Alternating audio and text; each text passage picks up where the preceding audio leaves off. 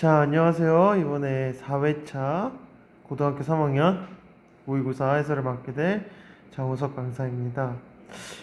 이번에 모의고사가 좀 어려웠죠, 여러분들. 선생님도 이제 풀면서 좀 어렵다고 느꼈던 것들에 여러 가지 포인트가 있는데, 근데 실질적으로 아마 좀 어렵다고 느껴졌을 때 답을 고르는 과정에서 어려웠던 문제도 분명히 있어요.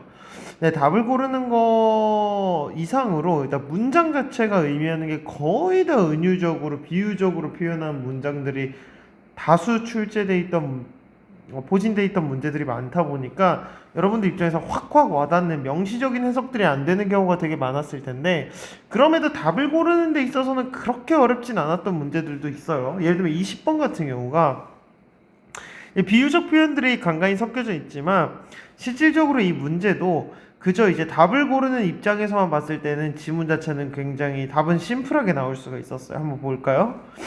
자, 여기서 quiet라는 거는 조용한 하면 일상이죠. 조용한 일상의 삶에서 탐구되지 않은 저장소들이 남아져 있었을 거래요. 무엇에 있어서? 영감에 있어서. 그러니까 즉 탐구되지 않는 영감의 공간들이 있었을 거고, 그것은 자, 여기 있는 안목 있는 펜즈라는 뜻은 얘들아 연필 펜도 있고 더불어서 작가라는 뜻도 있어요. 안목 있는 작가에 의해서 자, 작드라고 이야기가 되어지는 거는 자, 안목 있는 작가에 의해서 꺼내어질 수 있는 도록 기다리고 있는 그러한 영감 있는 저장소가 있었을 거래요. 그러니까 어디에 있었을 거래 얘들아? 일상의 삶에 있었을 거라고 이야기를 하죠. 종종 흔하다라고 묵살되어지는 일상의 삶이라는 거는 금광이라는 거죠, 이야기에. 그것은 뭐 하기 위해서? 단지 발견되어지기 위해서요. 그러니까 눈치 빠른 친구들은 여기에서 일단 눈치를 채버리죠. 일상의 이야기가 분명히 작가들에게 엄청 좋은 포인트가 되겠구나. 이것은 눈에 보기에는 굉장히 흔한 순간들일 거래요. 즉 조용한 대화, 모닝커피를 통해, 그리고 리드미컬한 춤이래요. 근데 비 오는 날에 있어서 리드미컬한 춤 사위, 그러니까 빗방울들이 투둑투둑투둑 이렇게 창가에 떨어진다는 얘기겠죠. 자, 그리고 나서 찰나의 마주침, 군중들 속에서의 찰나의 마주침의 교환들, 이와 같은 부분들. 예를 들면 이 모든 것들이 얘기하고 있는 건 뭐예요? 일상의 순간들을 얘기하죠. 이와 같은 일상의 순간들에서 자, 심장의 박동에 뛰게 될 것이고, 그쵸? 그리고 그것은 buzzing with, 자, 말하지 않은 이야기들을 뭐 하게 될 거라고 이야기를 하고 있어요? 자, 여기 buzzing with라고 이야기가 나오고 있는 건 가득 차 있다 라는 뜻이에요. 가득 차 있다. 자, 드러나지 않은 이야기들로 가득 차 있을 거래요. 그러니까 일상의 이야기들이 드러나지 않은 이야기들로 가득 차 있을 거다라고 이야기를 하죠. 그래서 작가들은 연금술사와 같이 결국 독특한 능력들을 가지고 있는데, 특별한 것을 흔한 것으로부터 끄집어낼 수 있는 능력이래요. 자, 여기서도 포인트아웃이 되겠네요. 그래서 일상의 삶의 상세사항들을 조사함으로써 그들은 드러나게 될 거래요. 아름다운 숨겨진 것들을요. 그리고 그것은 어디 표현 아래 있을 거래? 단조로움 아래 있을 거래요. 그러니까 일상이라는 표현이 되겠죠. 그리고 그것을 자, 흔한 것을 무엇의 매개체로 쓰게 될 거래요? 매력 있는 이야기의 매개체로 쓰게 될 거래요. 자, 그러니까 정답 자체는 2번으로 간단하게 나올 수가 있겠죠. 자, 21번 문제입니다. 자, 21번 문제 같은 경우에는요, 얘는 좀 상대적으로 쉬웠어요. 자, have you ever noticed? 너 한번 들어본 적 있니? 자, 미래 세계 과학 공상 소설에서 돈이 없다는 거예요. 교환되어지는 데 있어서 돈이 없어도 된다라는 겁니다. 그러니까 미래 이런 개념, 그 같은 것들은 말하여질 수 있을 거래요. 만약에 우리가 자, 다시 이동하는 거예요. 수십 년 전으로. 그럼 모든 것들이 자, 교환되어지거나 혹은 물물 교환이라는 뜻이죠. 물물 교환 시스템으로 작용하게 된다라는 겁니다. 너가 나에게 씨앗을 주면 나는 너에게 소를 줄 거야. 내가 너의 우물을 파주면 너는 나의 땅을 갈아줘야 돼. 개간해줘야 돼. 그래서 모든 사람들은요, 더 나아질 것처럼 보여지게 된다라는 겁니다. 자, 그러니까 더 잘 지낸다는 거겠죠. 미래세계 공간에서 그것은 명백하게 사실이래요.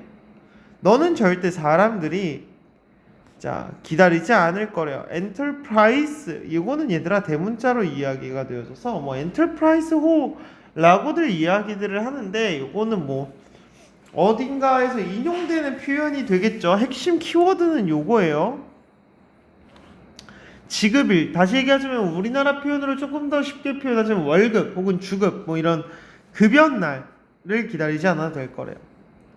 그래서 그들의 가족과 홀로되게 갈 수 있을 거래요. 이것도 그냥 뭐 내가 뭐 돈을 벌지 않고 그냥 여가 생활을 즐긴다에 대한 또 다른 하나의 표현이 되겠죠. 얼마나 좋은 삶이겠냐는 거예요. 만약에 너가 돈에 대해서 걱정하지 않는다면, 만약에 사람들이 went to work, 일을 하러 가야 돼요.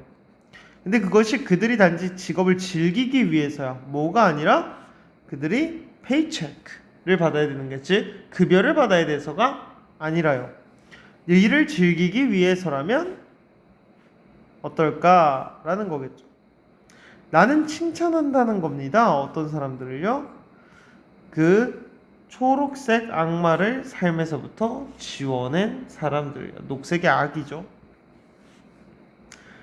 그들은 live off the land on their farm 이라고 이야기를 하고 있습니다.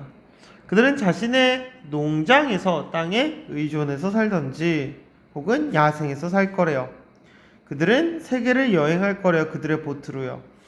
그리고 자연이 그들에게 주는 것에 대해서 의존하며 살아갈 거래요. live off 하면 의존해 살아가다요.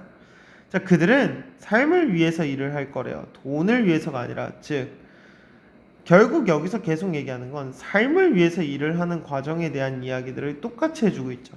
그러면 제거한 것은 무엇이 될 건지에 대해서 눈치가 오셨나요? 결국은 뭘 제거했다는 거겠어? 얘들아, 그것을 제거했던 사람이라고 이야기를 했잖아. 그러니까 돈을 벌기 위해서 집착하지 않아도 되는 삶, 즉 우리가 돈을 벌지 않는다는 거야. 하지만 삶 그 자체를 즐기게끔 만들어준 사람들이 되겠죠. 이해할 수 있겠어요? 여기서 말하는 초록의 악마라는 거는, 악이라는 건 여러분들 좀 눈치챘어요? 그 달러가 우리나라 10,000원짜리가 무슨 색깔이야? 초록색이죠. 이해할 수 있겠죠? 이렇게 보니까 돈에 구애받지 않는 삶이겠구나 라는 것들에 대한 포인트가 나오시나요? 좋습니다. 자, 그리고 나서 밑으로 한번 쭉 내려가 보도록 해봅시다. 22번입니다. 문학이라는 예술은 아마도 원시의 스토리텔러, 이야기꾼들로부터 오게 되었을 거다라고 이야기를 하고 있어요. 그는요, was not, 단지 흥미를 제공해 주는 것이 아니었을 거래요. 하지만 그의 청자들에게 전통을 passing down, 전달해 주었을 거라는 겁니다. 그들이 누구인지, 그들이 어디서부터 왔는지, 그리고 그들의 삶에서 중요한 것이 무엇인지. 자, 그래서 making sense는 이해하다예요. 자, 그의 청중들에게 즉 그들의 청중들의 존재 자체를 이해하고 질서를 order out, 질서를 부여함으로써 그는 강화시켰을 거래요. 그들의 개인적인 가치에 대한 감정을요. 어떤 맥락에서? 상황과의 맥락에서. 그리고 그들의 능력을 증대시켰을 거래요. 사회적인 업무들이나 관계들을 다 효과적으로 다루는 데 있어가지고요. 그들의 삶을 구성하는 것에 있어서. 그래서 사회의 신화라고 이야기하는 것은 일반적으로 이것의 전통적 가치를 내포하고 있을 거래요. 깔끔하게 떨어지죠. 그리고 도덕적 관념들을 내포하고 있을 거래요. 이러한 신화의 반복이라는 것은 그러므로 강화하게 될 거래요. 일관성과 사회의 통일성들을요. 자, 그러면서 이제 우리가 밑에 정답을 내려보니까 누가 봐도 정답은 몇 번이 되겠어요? 5번이 되겠죠. 여기에서 자기 이해를 도와줌으로써 사회 통합에 기여한다 라는 부분들에 대한 이야기들은 결국 이 사람이 이야기를 하고 있던 신화라는 것은 전통적 가치를 토대로 사회적인 부분들을 통합을 이끌어내고 있었는데 이것은 각자 개인들에게 의미와 목적들을 이해시켜주는 것 뿐만 아니라 라고 나와서 추가적 개념으로 아이고 미안해요. 어머나 세상에. 자, 추가적 개념으로 들어오게 됐다라는 거죠. 무슨 말인지 이해했나요? 오케이? 자, 그리고 그들의 존재에게 부여함으로써 했던 문제 기억나? by making 이하 문장에 여기 나와 있는 그들의 개인적 가치를 강화시켰고 그로 인해 전통적 가치를 부여하고 사회적 질서를 만들어냈다. 정답 5번이겠죠. 아마 이 문제에서 조금 여러분들이 힘들어했을 만한 정답은 2번일 텐데 이게 그냥 되게 단순해 얘들아. 그거 표현하는 방법이 사람마다 다르다. 그러니까 즉 문학마다 이런 부분들의 차이가 존재하냐는 거는 이러한 부분들의 이야기는 전혀 없었죠. 이거는 그냥 얘만 똑같은 거예요. 이해할 수 있겠죠? 좋습니다. 23번으로 가봅시다. 23번 문제는 글에 대한 맥락 파악만 정확하게 했으면 크게 어렵진 않았을 거예요. 화라고 이야기하는 것은 자 인식되어질 수 있을 거래요. 꽤나 진화된 감정으로서요. 이것은 즉각적으로 뇌의 다양한 영역으로부터 이끌어주게 되는 거죠. 정교한 화에 대한 반응은요 무엇을 의미하냐? 생존을 의미하게 될 거래요. 원시 인간들에게 있어서. 그래서 화라는 것은 방어적일 거래요. 즉 이것의 위협이라고 이야기하는 것이 자 무엇을 만들어내 줄 수 있다는 거야 얘들아? 경쟁자나 포식자들로 하여금 접근을 막아줄 것이다. 이거 밑에 별점 돼 있죠? 막아줄 거다 라는 거예요. 그러니까 즉 얘들아 여기에서는 오늘따라 터치가 이렇게 화에 대한 어느 정도의 장점에 대한 언급을 계속해서 해주고 있네요. 이러한 이야기들은 자 like something 이것은 자 sounds like로 가야겠죠. 자 뭐와 같냐면 무엇인가 우리가 자 뭐 한 번에 제거하기를 원치 않는 무엇인가처럼 보여지게 될 거래요. 다시 얘기하면 완전히 없애지 않으면 좋을 것처럼 보여질 거래. 하지만 오늘날 21세기에서는 우리의 원시적인 충동, 여기서 말하는 원시적 충동이라는 건 어렵게 생각할 필요 없겠죠. angry가 되겠죠. 그러니까 angry 되겠죠. 분노.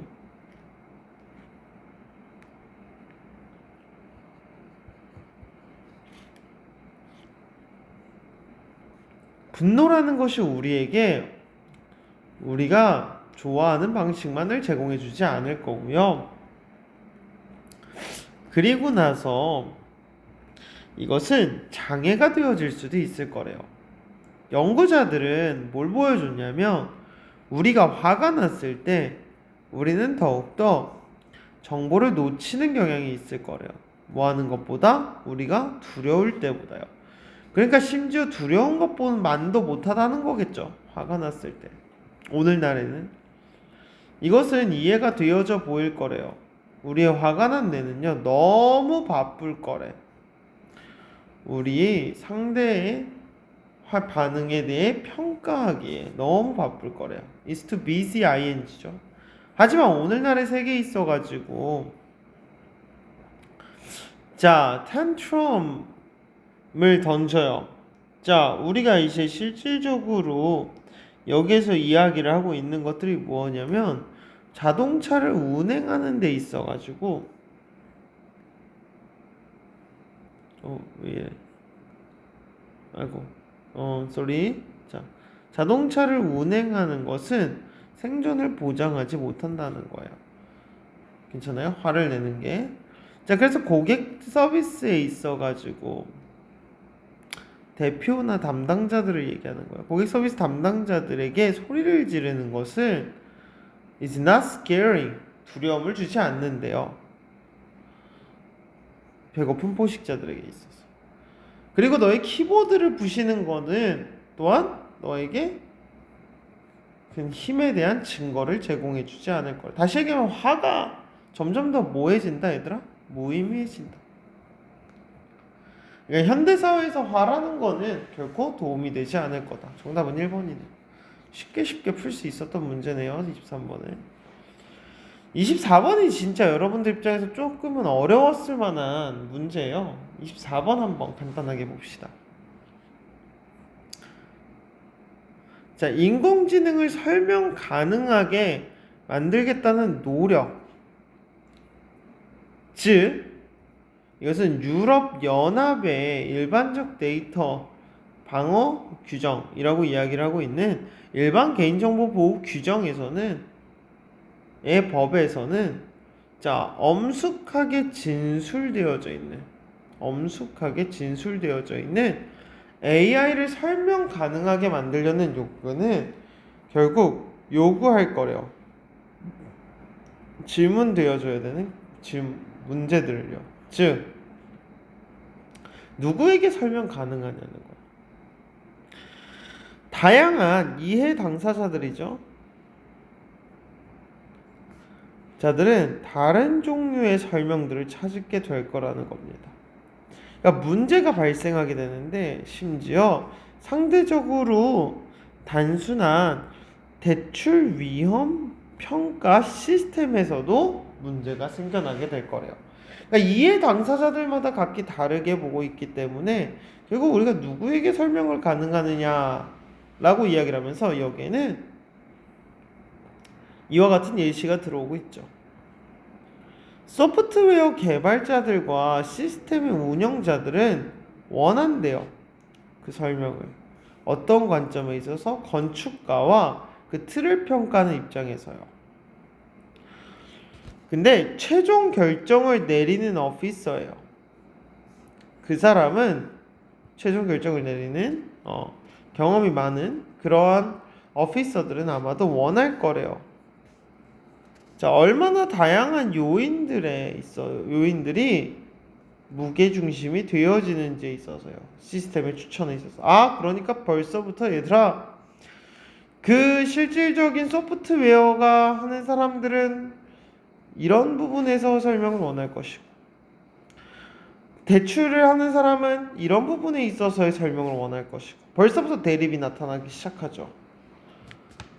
그리고 신청자인데 그 사람은 대출을 거절당한 신청자는 원할 거래요. 정확하게 왜 나의 나이인지 인종인지 그쵸? 나의 우편번호인지 혹은 잘못된 신용기록인지 결국 규제기관들은요 원한다는 거예요. 뭘 보증하냐? 그 시스템이 doesn't 뭐 하지 않는다는 거야. 데이터에 즉 사생활 보호를 손상시킨다거나 혹은 차별금지법을 위반한다거나 혹은 그들 스스로가 금융사기에 노출되지 않게끔을 또 확실하기를 원한대요. 또 이런 부분들에 대한 또 다른 이견이 있겠네요. 일반인들은 결국 블랙박스 프로블럼, 블랙박스 문제들을 숙고할 거래.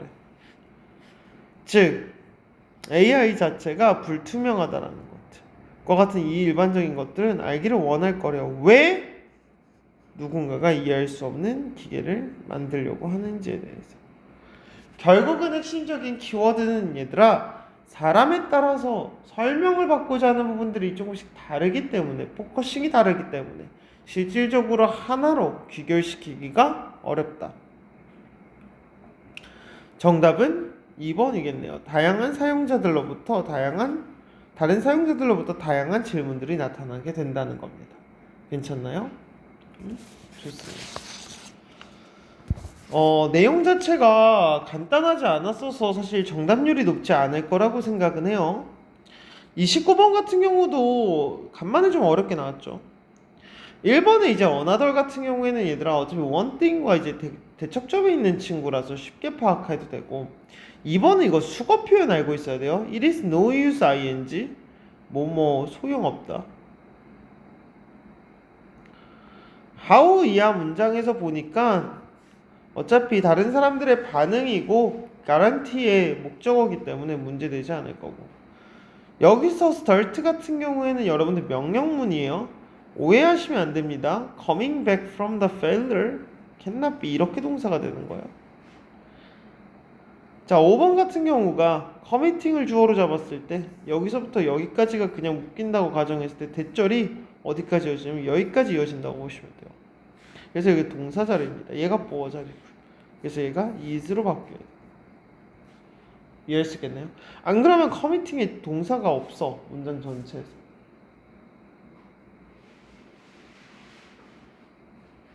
괜찮나요? 좋습니다.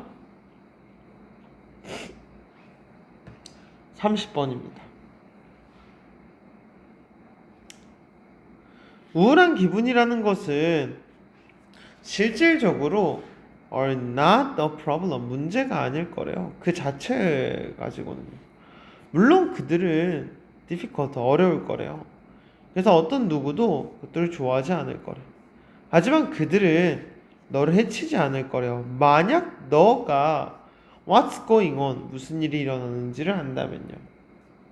진정한 문제라는 것은 그 생각과 정신적인 활동인데, 그 부분들은 결국 우울한 기분이 수반하는 정신적 활동들이 될 거래요.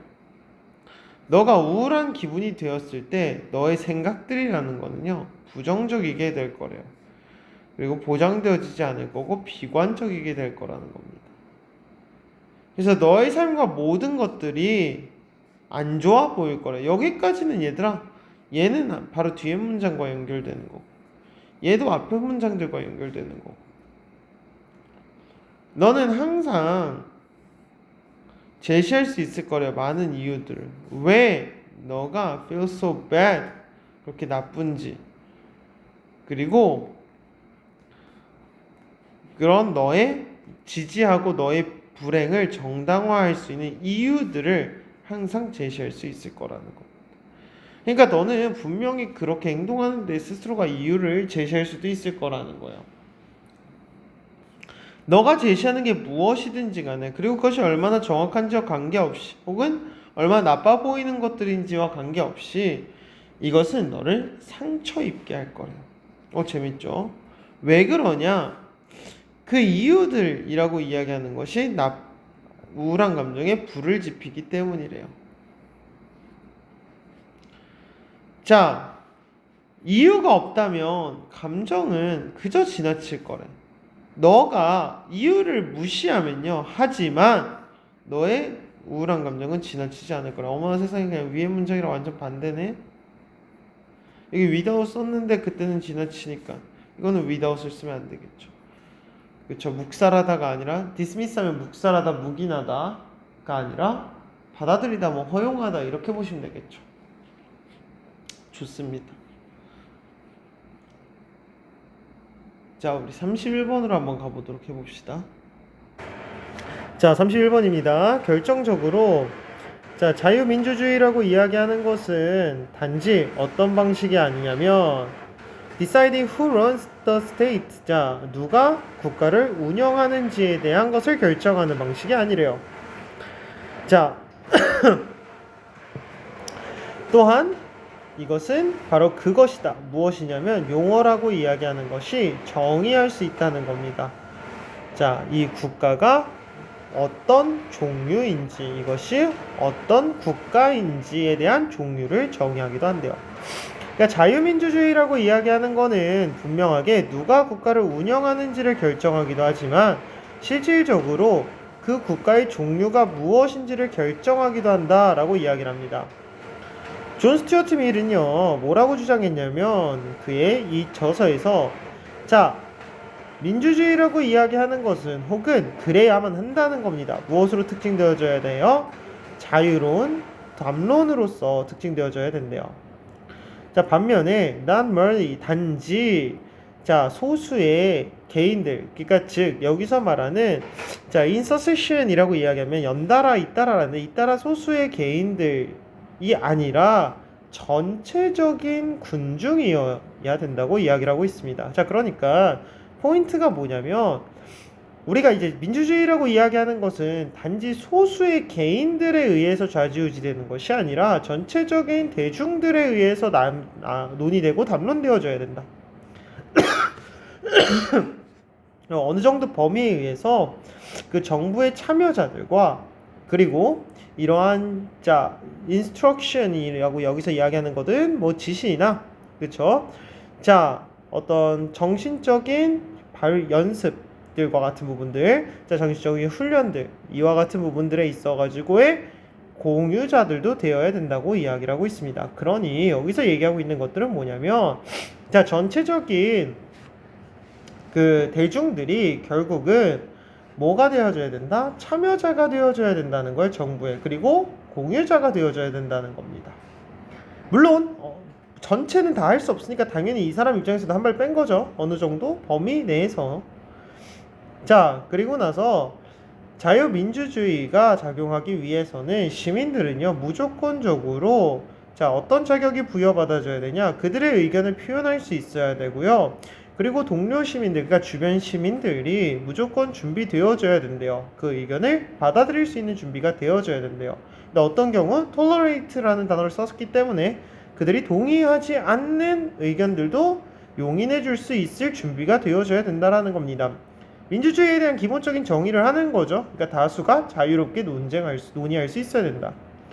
그리고 그것들을 지지하는 사람들의 의견들까지도요. 자, 그래서 여기에 나와 있는 용어, 즉 시민으로서라는 용어는 사람들은 enjoy negative, 자 부정적인 부분들에 있어서의 자유들, 즉 다시 얘기하자면 여기서 부정적이라는 표현, 어차피 누워 있어가지고 얘들아 이탈릭시로 적혀져 있어서 구태여 직역하지 않아도 되는데 여기에서는 소극적 자유라는 의미로 사용이 되는 거예요. 근데 이 자체에 대한 단어의 의미에 매몰되기보다는 우리 그냥 뒤에 있는 거에서 이게 설명해주고 있잖아. 이걸로 정리하면 될 것 같아. 자, 그들의 개인을 만들어낼 수 있는 생각을 만들어낼 수 있는 권리, 그리고 무조건 강압되어져야 된다는 것으로부터 자유로워져야 된다라는 그와 같은 권리를 누릴 수 있고, 그리고 또한 적극적 자유, 어떤 권리야? 그 적극적 자유는 공공의 삶에 참여할 수 있고, 예를 들면 뭐 정치나 이런 부분들을 얘기하는 거겠죠. 무엇을 포함해서? 투표를 포함해 자 공공의 삶에 참여할 수 있는 권리 두 가지가 있어야 된다고 얘기합니다. 그러한 정치 시스템이라고 이야기하는 것은 본질적으로 네모래요. 자, 이것은 무엇에 대한 거다? 정치적 권리인데 소수에 대한 정치적 권리에 대한 이야기가 될 거랍니다. 왜냐하면 이것이 정치적인 모든 시민들의 권리들을 아우르고 있기 때문이라는 거겠죠. 자, 우리 여기서 단순하게 이야기해 봅시다, 여러분들. 그러니까 결국 정치 시스템이라고 이야기하는 것들이 지극히 소수에게만 매몰돼 있어서는 안 되고 다수에게, 되도록 다수에게 행해줘야 된다라는 이야기들을 해주고 있는 거겠죠. 따라서 될 수 있는 단어는 2번 다원적인 이라는 뜻으로서 밖에는 사용이 될 수가 없겠죠. 시스템이나 응답적인 이거 규제 이런 것들은 아니고 파편 이런 것도 아니죠.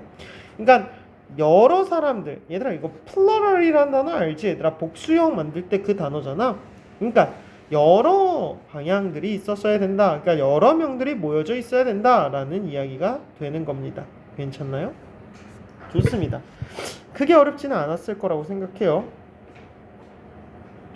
자, 32번 문제예요. 32번 문제에 있어서 우리가 조금 주의하셔야 되는 부분들이 뭐냐면 얘들아 이거는 굉장히 상세한 내용을 물어보는 지문입니다. 그래서 디테일한 해석이 되게 중요한데 좀 짜증날 정도로 디테일한 해석들이 들어가기도 해요. 그러니까 쉽게 얘기하면 이때 디테일한 해석이라는 건 뭐냐면 단어의 정확한 뜻을 알고 있어야 우리가 이 내용을 이해하는데 어려움이 없다는 겁니다. 자, 그렇다면 실질적으로 이런 문제를 풀 때 우리가 방향성은 어떻게 잡아야 되냐? 그냥 천천히 내용 정리를 해서 의도하는 부분들을 파악하는 것밖에는 현실적인 내안들은 없어요. 물론 제일 좋은 방법은 여러분들이 모든 내용들을 완벽하게 숙달하고 있다는 게 전제되는 게 제일 좋은 내용이긴 하겠죠. 자, 여기에서 한번 봅시다.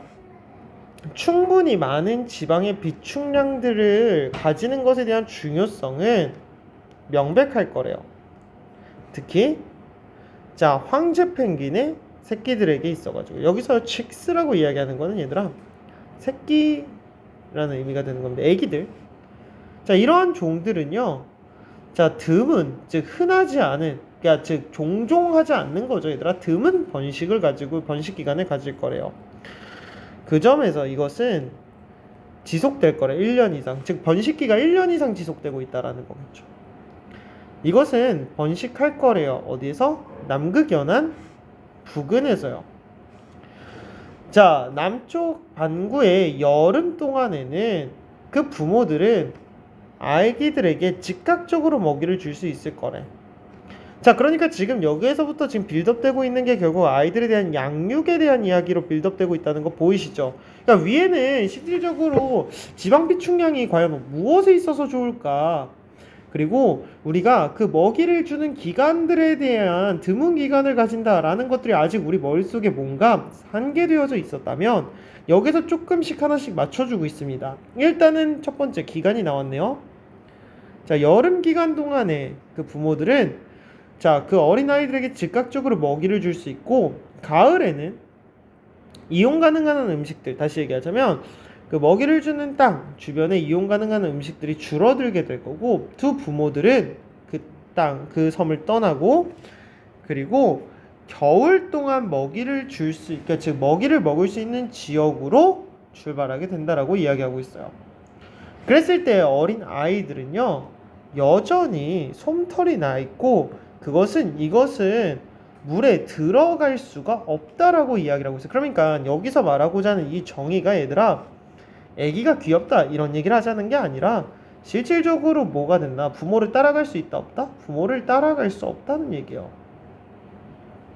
왜 구태가 갑자기 물에 들어갈 수 없다는 얘기를 하겠어? 부모를 못 따라가는 상황인 거야. 자, 그러니까 겨울 내에는 이제 부모를 못 따라가게 될 거고, 그래서 함께 다른 새끼들과 걷어도 부둥켜 안으면서 이것은 겨울을 섬에서 서서 보내게 될 거래요. 그리고 저장된 몸의 지방을 가지고 버티게 될 거래요. 아, 주요 키워드 나왔네요. 저장된 지방. 왜? 맨 처음 문장에서 얘들아, 자, 지방이 굉장히 저장된 지방이 중요하다는 떡밥을 던졌는데 여기서 회수하네요. 자, 봄에는요. 다시 봄이 돌아왔죠. 부모들은 다 돌아오게 될 거고요. 자, 리즘 재개하게 될 거래요. 무엇을? 먹이를 주는 것을요. 그리고 몇 달이 지난 후에 새끼들은 자, 이것을 깃털을 벗게 될 것이고 또 깃이 나게 될 거래요. 그리고 독립하게 될 거래요. 즉 성장을 마친 거죠. 어른이 된 거죠. 그 몸의 지방의 양이라고 이야기하는 가을에서의 지방의 양은 중요할 거래. 당연하겠지. 왜? 그동안 부모 없이 버텨야 되잖아. 왜냐하면 야윈 새끼들은 경험하게 될 거래요. 극도의 겨울의 혹독함을, 사망률을요.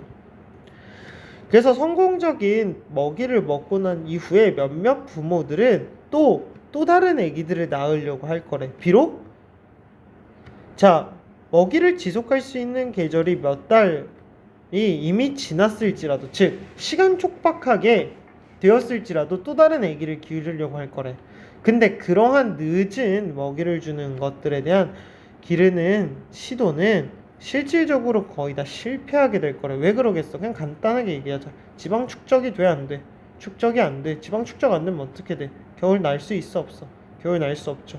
빌드업을 이렇게 가셔야 돼요. 그러니까 결국은 이 지문에서 기가 뭐냐면, 첫 번째에서 얘기했던 결국 이게 황제 펭귄이 애기들을 양육하는 부분에 있어가지고 어떤 방식으로 양육을 하는지에 대한 단순 설명문인데, 이때 키워드가 그 양육에서의 중요한 게 되게 재밌는 게 부모에 초점을 둔 게 아니라 새끼들의 지방 축적에 대한 곳에 포인트를 둔 지문이거든요. 그 부분들이 이제 계속 나와요. 그러니까 봄에도, 여름에도, 가을에도, 겨울에도 부모들의 상황들도 당연히 공유가 되어야 되지만 결국 아이들이 어떤 상황인지에 대한 이야기들을 끊임없이 제시해주고 있거든요. 그러니 결국 지방 축적이 되지 않으면 겨울을 못 난다는 것들은 여기에서도 명확하게 드러나 있죠. 아까 우리 읽었던 요 문장에서도요.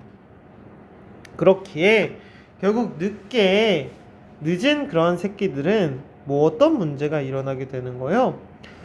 충분한 지방 저장을 만들 수가 없다는 거예요. 전체 겨울을 지나기 위해서. 지속하다. 정답은 5번이죠. 특별하게 다를 만한 부분들은 없을 것 같습니다. 그쵸? 왜냐면 애초에 조이는 못한다고 전제를 깔았고 나머지는 사실 일치불일치 문제예요, 여러분들. 자, 그러면 그 다음으로 넘어가 볼게요. 33번입니다. 이 지문이 진짜 정신 나가는 지문 중에 하나인데 선생님이 사실 이걸 읽고 나서 좀 당황했었어요. 현실적으로 여러분들이 과연 이 지문에 대한 개념들을 뽑아낼 수 있을까?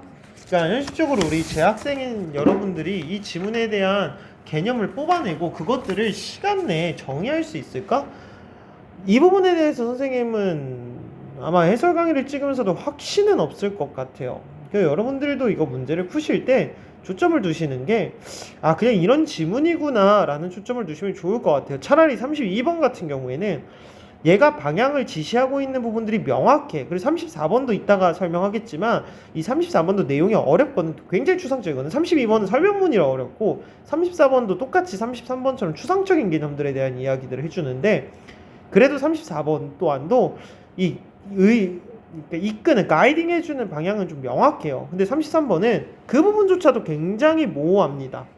그래서 한번 포인트 아웃을 한번 해봅시다. 그래도 한번. 자, 첫 번째 문장부터 벌써 포기하고 싶죠. 자, 칸트의 미학 그리고 인식론에 의해서 형성이 됐어요. 근본적 방식으로 형성이 됐을지라도 쇼펜하우어는요 어떤 부분에서 착수했냐? 그가 칸트의 수정이라고 부르는 것을 착수했대요. 즉 칸트의 수정이라는 거는 칸트의 이론을 뭔가를 고치겠다라는 거야. 그 뒤에서 디테일하게 설명하죠. 즉 reverse, 뒤집는다는 거예요. 칸트의 추상적 생각에 대한 특권들을요 뭘 넘어서 인식적 지식들에 있어가지고 자, 그래서 인식적인 지식, 즉 지각하는 것보다 추상적인 부분들에 있어서의 특권을 부여하는 것을 뒤집고 뭘 주장하냐? 자, 생리학적인 메이크업이라고 이야기를 하고 있는 거겠죠. 자, 그래서 결국은 생리학적 구성이라고 이야기하는 대상에 대한 생리학적 구성을 어떤 장소로서 주장을 했대요. 그 장소는 네모하는 장소에. 벌써 말 어렵지 얘들아. 일단 천천히 단서는 뽑아서 가자. 그러니까 칸트가 추상적 개념 생각을 인식적 개념보다 특권에 놓았는데 이걸 뒤집었다 그랬지. 그러니까 쇼펜하우어 입장에서는 결국 뭐가 더 중요한 것처럼 지각, 인식적 지식을 더 중요하게 생각한다는 거야. 두 번째로는 생리학적인 구성들, 즉 대상에 대한 생리학적 구성을 하나의 공간으로서 봤는데 어떤 공간으로서 봤는지가 이 지문의 선택지에 들어가게 되겠죠. 칸트의 문제, 칸트주의의 문제예요. 자, 개념이라는 것에 대한 칸트주의 문제에 대한 쇼펜하우어의 대답은 뭘 제거해버렸냐면 완벽하게 고전적인 용어인 자, 카메라, 이 밑에 나와 있죠, 여러분들. 무슨 카메라? 암상자. 그러니까 초창기 카메라 우리 막 이렇게 청 같은 거 뒤집어 쓰고 나오는 그 사진 이런 거 얘기하는 거죠. 카메라. 그 암상자의 용어를 완벽하게 지워버렸대요. 그러니까 what is representation? 그러니까 표현되어지는 게 뭐냐라는 거예요. 즉 우리에게 인식이라는 거, 즉 표현이라는 게 뭐냐라고 얘기하고 있습니다. 매우 복잡한 생리학적인 발현이 동물의 뇌 속에서 나고 그 결과는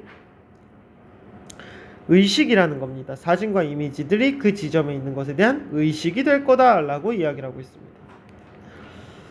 자, 그러면서 What Kant called, 자, 칸트가 말하기로는 인식의 총체라고 부르는 것을 쇼펜하우어는 재빠르게 뭐라고 정의해버렸냐? 인간의 뇌라고 정의했대요. 자, 그러니까 여기서부터 이제 조금 머리 아프지만 representation에 대한 답변이잖아, 얘들아.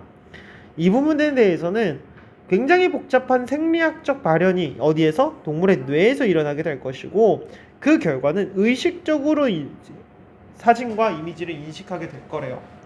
그래서 칸트가 인식의 총체라고 불렀던 거 별로 안 중요해. 어차피 우리 쇼펜하우어의 입장에서만 초점을 맞출 거야. 그 부분을 쇼펜하우어는 뭐라고 정의를 하냐면 인간의 뇌라고 정의를 했다는 겁니다. 다시 얘기하자면 우리가 이미지나 표상적인 부분들이 나타나는 그 장소는 인간의 뇌이다. 쇼펜하우어는 여기에서 하지만 한 가지 예시들을 19세기 즉 무렵에 19세기에 한 가지 예시를 주었는데 그것은 그가 뭐라고 부르는 생리학적인 재해석인데 칸트주의의 이성 비판에 대한 생리학적 재해석이라고 부르는 것에 대한 부분들을 나타내게 됐대요. 중간중간마다 정신 나가게 만드는 문장들이 나타나는데 얘들아 편하게 들어가자. 그냥 어차피 이거 있잖아.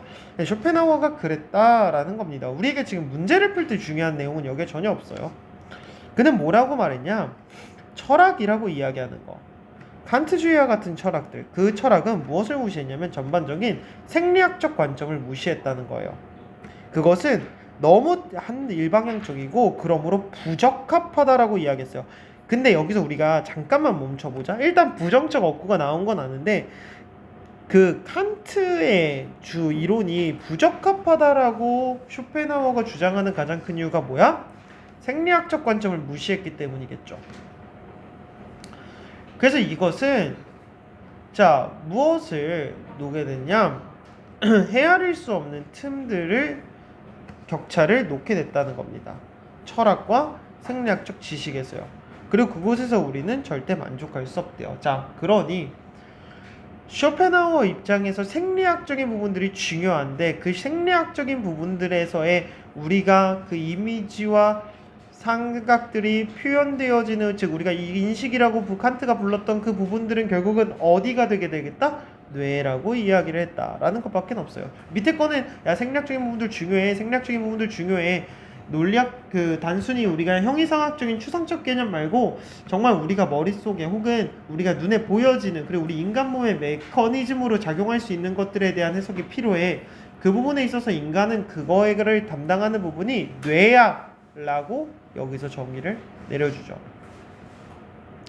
그렇기 때문에 여기서 대상이라고 이야기를 하는 것들은 결국 우리 인간이 될 거고 그러한 대상에 대한 생리학적인 구성은 어떤 장소로 나타나게 되는 거냐 라고 이야기를 했을 때 결국은 재해석 즉 표현에 대한 형성이 발생하는 장소로 보여지게 될 것이다 라고 이야기를 하는 거겠죠.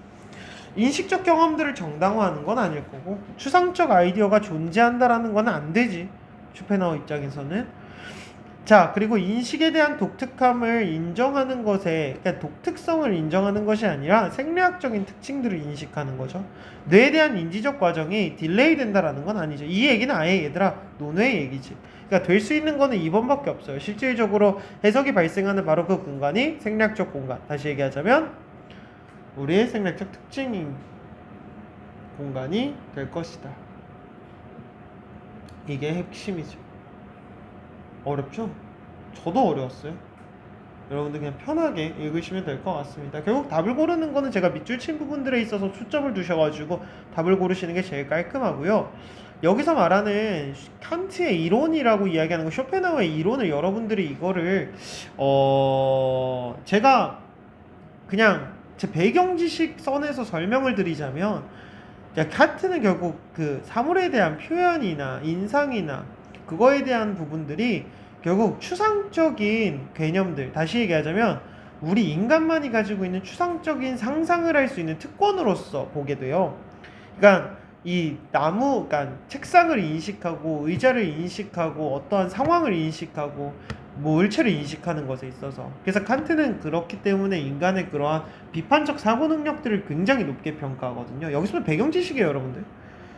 근데 반면에 쇼펜하우어는 그것보다는 조금 더 형이학적으로 현실에, 즉 내가 지금 맞닿아 있고 내가 볼 수 있는 것들을 내 눈을 통해서 내 뇌가 인식하고 있는 그 과정 자체를 더 중요시 여겼어요.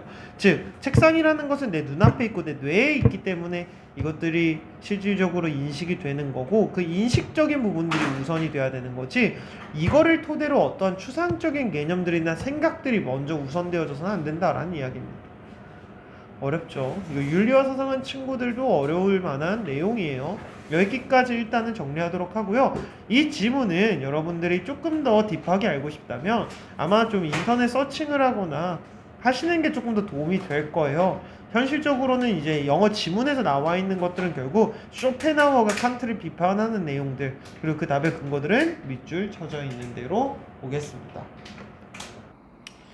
자, 이번에는 34번으로 한번 넘어가 볼게요. 34번 질문에서 우리가 나오는 것들, 요것도 내용 자체가 굉장히 추상적으로 어려운데 얘는 그래도 답을 고르는 과정은 굉장히 간단하고 쉬웠어요. 한번 볼까요? 자, 현재에 대한 집착이라고 이야기하는 것은 우리가 어디를 향하게 만들어주냐? 더욱더 불편한 질문으로 이끌게 될 거래요. 자, 우리가 더 많은 권리를 가지고 있냐는 거야. 우리의 후손들보다요. 이것은 공평하냐는 거예요. 자, 시간적 선호를 만들어낸다는 겁니다. 자, 무엇에 있어서? For those who are currently living. 현재 살아가고 있는 사람들에게 선호되어지는 시간적 선호. 그죠? 그 사람들을 위한 시간적 선호를 만들어내는 것은 공평하냐는 거야. 자, 이와 같은 이것은 not be a temporal version 이라고 이야기를 하겠죠. 자, 이와 같은 부분들은요, 시간상의 버전인데 어떤 시간상의 버전이야? 특권과 관련된 시간상의 버전이에요. 몇몇 사람들이 이 공간을 설립하기를 원해요. 그리고 그 종류에 대한 시간 기반의 식민주의 아니겠느냐라고 물어보고 있습니다. 그러니 현실적으로 우리가 현재를 살아가는 사람들에 위한 시간적 특권을, 선호를 만들어내는 것은 특권이자 식민주의이지 않느냐라고 반문하고 있죠. 이 두 가지 경우 모두 다 우리라고 이야기를 하죠. 라는 공모는 결국 설립하게 될 거래요.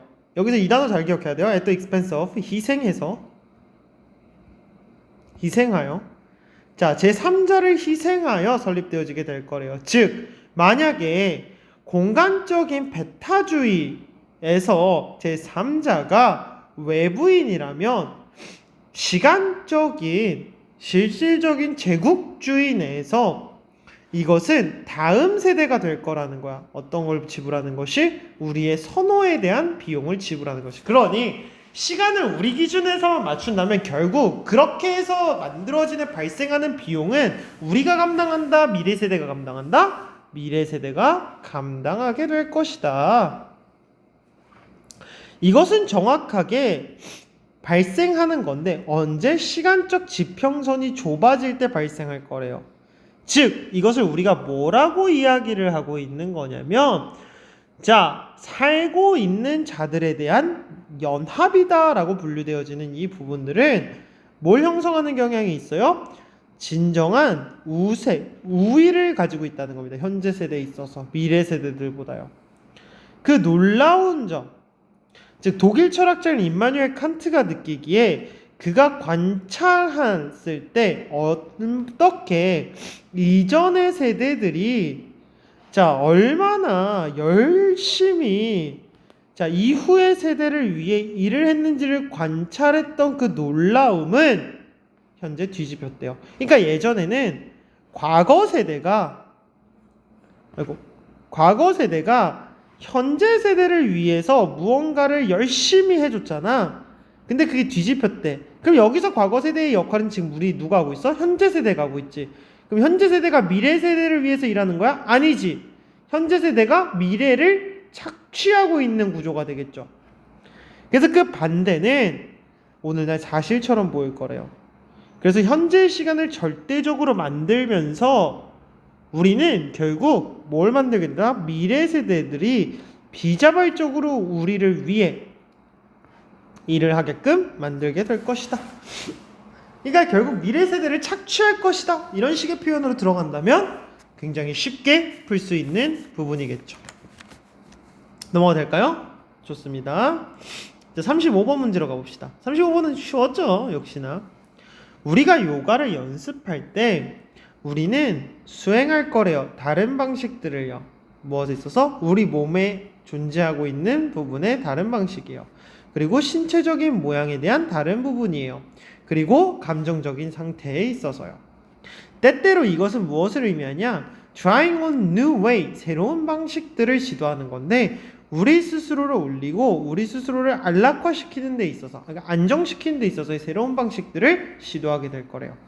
그리고 그것은 자연적으로 뭘 포함하게 되냐? 새로운 방식인데 어떤 것에 대한 감정적 접근의 새로운 방식들을 자연스럽게 포함할 거래요. 그러니 우리가 요가를 수행함으로써 우리는 우리의 몸에 있어서의 존재하는 다양한 방식들, 다양한 신체 부분들과 감정적인 상태들을 활용하게 될 것이고, 그리고 그것은 우리로 하여금 안정감을 느끼게 할 것이고 새로운 방식으로 감정적으로 접근하게 될 것이다. 우리는 아마도 전사이고 강력하고 넓은 가슴과 그리고 활동적인 다리를 가지고 있을 거래요. 자, 즉 삼각형인데 탄탄한 기초를 가진 삼각형이래요.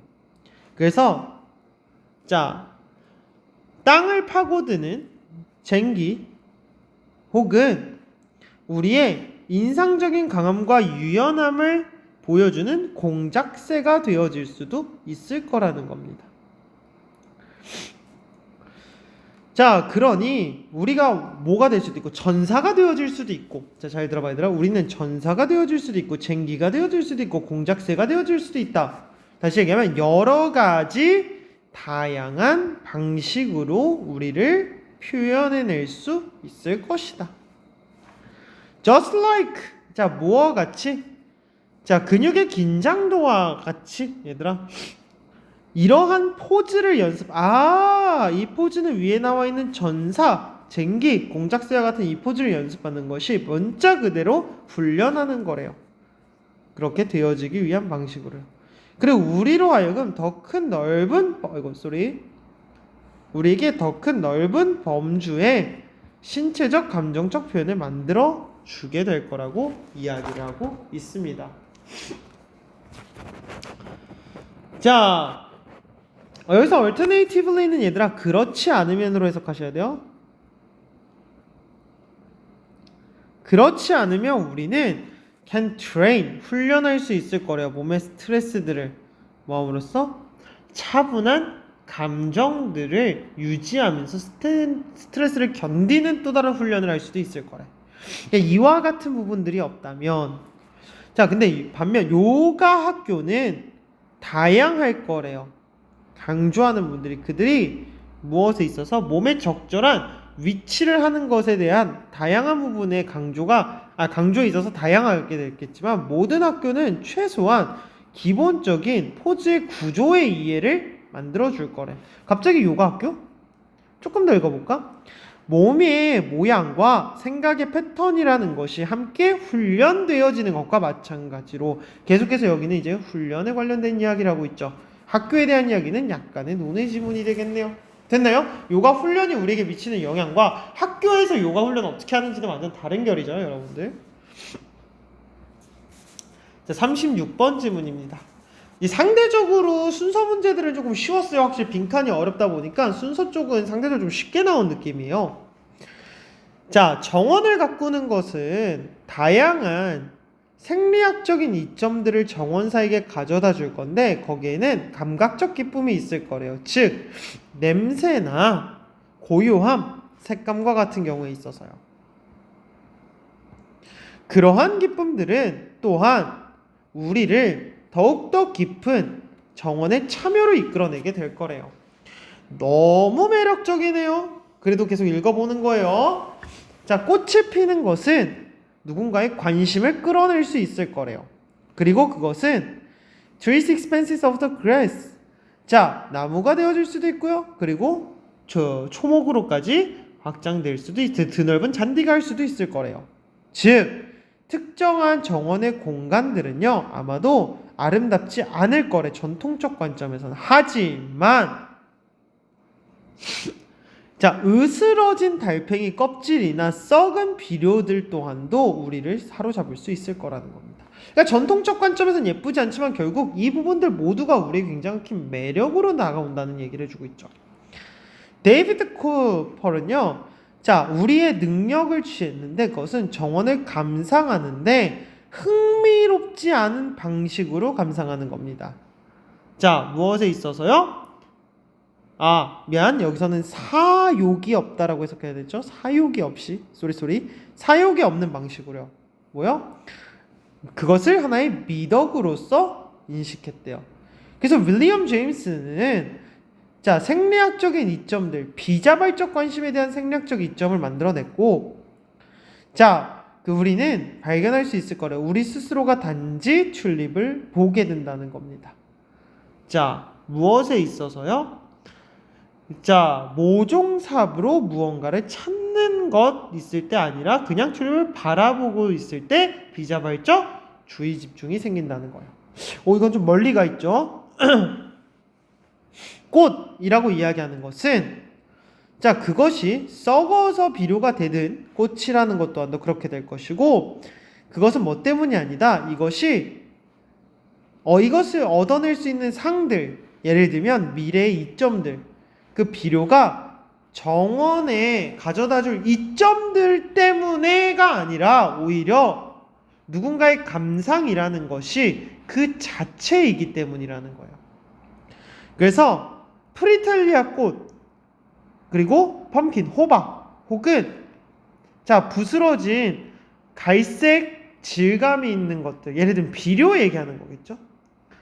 그것은 한때 음식물 쓰레기였던 그와 같은 부분들에서도 우리는 그 자체이기 때문에 즐거움을 느낀다는 거야. 여기 전체가 지금 B의 마지막에 나와 있는 내용을 설명을 해주고 있잖아. 그래서 B 다음에 A가 나오고 그러한 부분에 대한 학술적 정의가 나와주는 게 조금 더 연결점에 좋겠죠. 이해할 수 있겠나요? 오케이. 사욕이 없는 방식으로 본다라는 거는 A에서 설명하고 있는 부분들이 되고, 비자발적 관심이라는 것 또한 A에서 설명하고 있는 부분들이 나오는 거겠죠. 이해할 수 있겠나요? 오케이.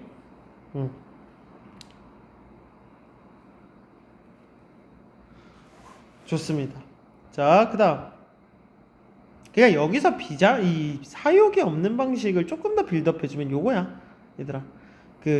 프라이스에 나와 있는 문장 있죠. 프라이스에 초점을 맞추는 것이 아니라고 얘기를 했죠. 자, 그 다음 37번으로 가볼게요.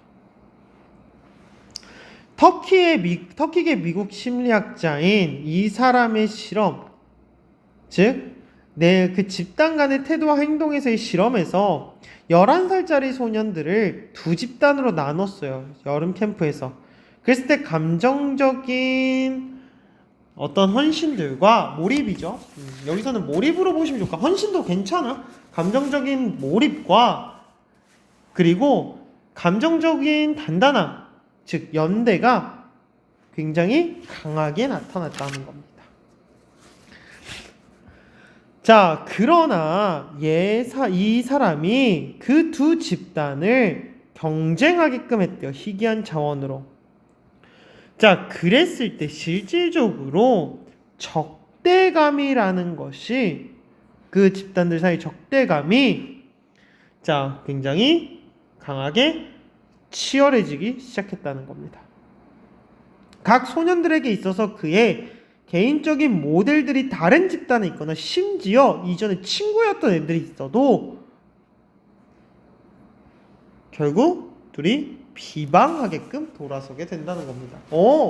자, 여기에는 이제 감정적인 유대에 대한 이야기를 했는데 갑자기 두 집단을 경쟁시키니 싸우게 되는 적대감이 나타나는구나. 과연 가운데 뭐가 있을까? 벗 때문에 연결성이 괜찮아 보이는데 과연 유대감이 있는 부분들이 또 다른 게 있는지에 대해서 한번 보자. 자, 미팅을 만들거나 음식을 먹거나 등등과 같은 부분들이 어떤 효과도 없을 거래요. 적대감에 있어서. 이건 적대감 얘기네. 혹은 이것을 더 악화시켰대요. 유일한 방식이야. 이 사람이 발견한. 즉, 그러한 경쟁적인 내 집단의 적대감들을 해소할 수 있는 유일한 방식은 함께 일하게끔 배열하는 겁니다. 그 아이들이 필요한 거예요. 서로의 집단들이 to work with each other, 서로가 함께 일할 수 있게끔요. 그리고 그것은 사회적으로 분배된 일들을 행하는 겁니다. 그것은 모두에게 중요한 일이겠죠. 즉 협력을 요구하는 일일 겁니다. 적대감에 대한 해소에서의 방식을 얘기해주고 있어요. 예를 들어보자. 이 사람은 물에 대한 공급, 캠프의 물의 공급을 힘들게 했고 아이들은 협력해야만 했대요. 어디에서 파이프가 부러졌는지를요. 또한 그는 배열했대요. 트럭들이 캠프로 들어오는 트럭들이 그 공급품들을 뭐하도록 가져올 수 있도록 가져올 수 있게끔 트럭을 부쉈대요. 그래서 모든 아이들이 협력해야 했대요. 뭐 하도록 협력하는 거야 얘들아? 이것을 끌고 오고 가져오기 위해서겠죠. 다시 얘기하면 협력에 대한 이야기네요. 그러니까 간단하네. 적대감 해소는 협력에 대한 예시. 정답 3번.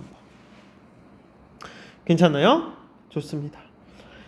38번은 이게 아마 되게 자주 출제되는 유형이고 모의고사나 수특에서 한 번쯤 언급됐던 내용이라서 공부를 꽤나 깊게 한 친구들이나 많이 해본 친구들은 익숙했을 만한 지문인데 한번 가볼게요. 하지만 만약에 우리가 이미 어떤 한 상황에서 질병이 발생하는 것처럼 보여지는 상황에 있다면 그 미러 시스템이라고 이야기하는 거울 시스템에 대한 자극은 먹이를 줄 거라는 거예요.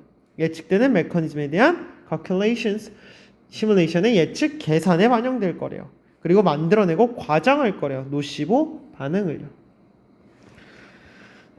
뭔지는 모르겠지만 글을 읽어봐야 알 수 있겠죠. 거울 시스템에 대한 발견과 그리고 사회적인 전염, 여기 나와 있는 컨테지언을 외워야 돼요. 전염은 더욱더 일반적이게 되어지는 범주에서 그 발견은 중요한 결과를 불러일으켰대요. 우리의 정신적 건강에 있어서요. 그리고 드러냈대요. 어떻게? 단지 얼마나 많은 우리의 행복이 무엇에 해당했느냐? 동심원에 있냐는 거야. 우리 사회의 원에서의 중심부에 있는지, 즉 타인을 닮아간다는 이야기입니다. 하지만 그들은 또한 빛을 비출 거래요. 어떤 방식에 있어서 증상이 퍼지는 건데 집단을 통해서 어떠한 증상을 퍼뜨리는 겁니다. 그것은 대중심리학적 질병이 되겠죠. 그러니까 결국 여기에서 이러한 거울 시스템이라고 이야기를 하는 부분들이 어떻게 집단 내에 퍼지는지에 대한 그 방식을 드러내는 데 있어서도 도움이 되겠구나. 이와 같은 거울 반응이 우리가 사람들과 있는 집단에 있어요. 그 사람들은 극도로 걱정해요. 생화학 무기에 대해서. 예를 들어서 그럼 각각의 사람들은 강조하기 시작할 거래요. 타인의 공포들을요. 옮겨가기 시작하네. 즉 일종의 에코 챔버이라고 이야기를 하는 거겠죠. 일종의 실제요. 이렇게 확장, 에코는 얘들아 이렇게 울리는 경우잖아. 그래서 울리게는 그래서 반향실이라는 말을 쓰는데 그냥 퍼진다라고 생각하면 돼요. 일종의 버짐을 만들게 될 거고요. 정확한 뜻은 반향실이란 뜻이야. 모든 사람들을 패닉의 상태로 만들게 될 거래요. 심지어 더욱더 중요하게 우리의 과한 공감 뇌는요 아마도 자극받을 거라는 거예요. 감정, 예를 들면 고통이나 메스꺼움이나 어지러움 등이요. 또 다른 사람들이 보고하는. 근데 우리가 운이 좋다면 이러한 효과들은 아마도 충분히 강력하지 못할 거래요. 실제적인 자의삶, 행복의 효과를 나타내기 위해서. 그리고 우리가 더욱더 사람들, 즉 안 좋은 사람들과 상호작용할수록 그 고통, 더 보고 그리고 그것들에 대해서 더욱더 말할수록 상황은 더 악화되고. 잠깐만, 여기서 단절 났네 얘들아, 보여? 그렇게 크게 중요하지 않을 건데 그리고라고 얘기를 했어요. 뭐 게다가라도 아니고 뭔가 좀 더 붙여서도 아니고 뭐 최악의 경우 at the worst 이런 것도 아닌데 여기 뒤에서 뭐라고 얘기했냐, 상호작용을 더 많이 할수록 우리는 더 고통받고 더 나빠질 것이다 라고 얘기를 했죠. 이렇게 되어질수록 우리는 더 안 좋아질 거다라고 얘기했죠. 근데 여기는 그렇게 크게 영향 없을 거다 라고 이야기를 했는데도 단절 났죠. 5번에 넣으면 되겠죠. 자, 그래서 5번에서 보면 하지만 만약에 우리가 질병이 있는 것과 같은 상황에 이미 있다면, 그러니까 우리가 심적으로 이미 조금 혹은 육적으로 이미 조금 몸이 안 좋은 상태라면 우리는 그걸 훨씬 더 잘 옮겨받게 될 것이다. 내용 이해했나요? 좋습니다. 39번으로 가봅시다. 하지만 너가 무언가 새로운 것을 시작할 때 너는 자 무엇을 개척해야 될 필요성이 있을 거래요. 그러니까 개척하다요. 새로운 길, 때때로는 처음부터라는 from scratch라는 단어는 꼭 외우세요. 처음부터. 자, 너의 뇌가 정글과 같다고 상상해보자. 그러면 모든 행동들, 즉 너가 가지는 모든 행동에 대해서 뇌는요 연결성을 만들어야 되고 길을 만들어야 된대요. 다른 지역에 있어서 너가 반복적으로 행동을 해, 규칙적인 기반에 있어서 오랜 시간 동안에 그러한 길들은 결국 잘 닦여질 것이고 설립될 거래요. 그러한 부드럽고 넓은 길들은 쉬울 거래. 자, 이동하기에, 접근하기에. 그래서 너의 뇌는 그 행동들을 더 많이 할 거래요. 의식적으로 생각을 가지는 거 없이요. 그러니까 너무 자주 했으니까. 그것은 많은 양의 의식적 노력을, 잠깐만. 아니 여기서 바로 의식이 필요 없다며. 의식적 생각이 필요 없다며. 근데 왜 많은 의식적인 것들이 필요해? 2번이죠. 자, 하지만 너가 무언가를 새로 시작할 때, 이거는 얘들아 위에는 뭐야? 반복되는 일들이었고 여기는 새로운 일들이었네. 이거 너무 쉬웠는데? 단절도 명확하고 내용도 명확하고. 괜찮나요? 좋습니다. 40번으로 가볼게요. 자, 마지막 해설이네요. 내용 요번에 좀 어려워가지고 빈칸에서 꽤 많은 시간을 잡아먹었죠. 자, 캐나다의 가장 큰 문제는 발생했대요. 구체적으로 무엇 때문이 아니라 인구 통계학이나 시장이나 재정이 아니래. 하지만 오히려 이게 더 중요하죠. 정치적 결과래요. 분리된 지리에 있어서요. 국가의 설립자는 깨달았대요.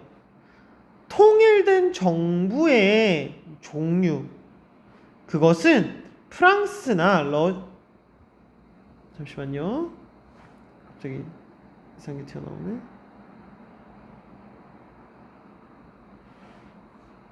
프랑스나 러시아에서 존재하고 있는 통일된 정부의 종류는 캐나다에선 작용할 수 없다는 것을 알았대요. 자, 그러니까 핵심적 키워드 나왔죠. 통일된 정부는 캐나다에선 불가능하다. 그래서 이곳의 시민들은 단순하게 약간의 접촉의 관점들을 가지고 있을 거래요. 그들의 일상의 삶에서요. 무엇 없이 중심의 정부와 함께요. 오타와에. 그러니까 오타와에 있는 즉 중앙정부와 함께 일상의 삶들에 그렇게 접점이 없다는 거예요. 즉 토론토와도 적고요. 여기와도 적을 거래요. 그리고 이것은 어떠한 이해도 만들어내지 못할 거래. 강력한 중심, 즉 중앙집권의 이유를 만들어내지 못할 거야. 납득하지 못할 거야. 그러니까 쟤네랑 나랑 사는 게 너무 다른데 왜 쟤네 말 들어야 돼? 그 결과는 결국 연방의 정부 모델을 가지게 된다는 거예요. 그곳에서 대부분의 의사결정, 뭐와 연관돼 있지만 않으면 돼? 국방이나 외교와 같은 일들만 연관 안 돼 있는 대부분의 의사결정들이 만들어지게 될 거래요. 지방에서 뭐하기보다는 국가적 수준보다는, 즉 지방자치제가 이루어지는데 연방국가이기 때문에 각각의 거의 국가로서의 기능을 같이 해주는 거죠. 그 대신에 국방이나 예를 들면 외교는 중앙에서 하고 많은 방식에 있어서 캐나다의 정부는 작용하게 될 거래요. 어떤 방식이에요? 유사하대요. 미국의 방식과 유사하대요. 이해할 수 있겠나요? 자, 그래서 결국 실질적으로 이거는 이제 연합의 규약식이라는 건데 뭐 그냥 굳이 여러분들 알 필요는 없어요. 여튼 뭐 연합의 규약이라는 연합 규약 시기 동안 미국이 하여튼 이런 시기와 굉장히 유사하게 진행이 될 거래요. 캐나다는 one of the few advanced country. 자, 자주 적게 진보된 국가래요. 그것이 절대 연방화되어지는 것이 아니었어요. 시스템으로. 이해할 수 있겠네요? 자, 결국은 결코 연방화되어지지 않은 소수의 선진국 중 하나였대요. 그곳에서 국가의 자원이라는 것이 최소한 as much power than. 자, 실질적으로 그만큼의 권한을 가지고 있는 시스템. 다시 얘기하면 지방에 있는 혹은 주에 있는 자, 수도 이상은 아니더라도 그만큼의 권한을 가지고 있는 시스템으로 결코 연방화되지 않았던 국가들 중 하나라고 이야기를 하고 있습니다.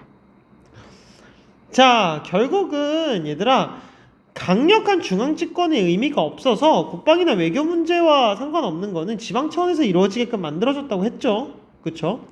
자, 그래가지고 캐나다의 지리는 자 통일된 형태, 정부의 통일된 형태를 만들었는데 통일된 형태를 뭐하다고 만든 거야? 비실용적이고 게끔 만들었고 이것은 결국 연방국가를 채택하게끔 만들었다. 괜찮나요, 여러분들? 좋습니다. 자, 오늘 요번에도 너무너무 고생 많으셨고요. 하시느라고들 다들 애먹으셨을 텐데 이번 문제 가지고 여러분들 너무 스트레스 받으실 필요는 없습니다. 을에 있는 어려운 모의고사들 중 하나였을 뿐이었고 이 정도까지 어렵게 고3 모의고사가 절대 나오진 않습니다. 여하튼 고생하셨습니다.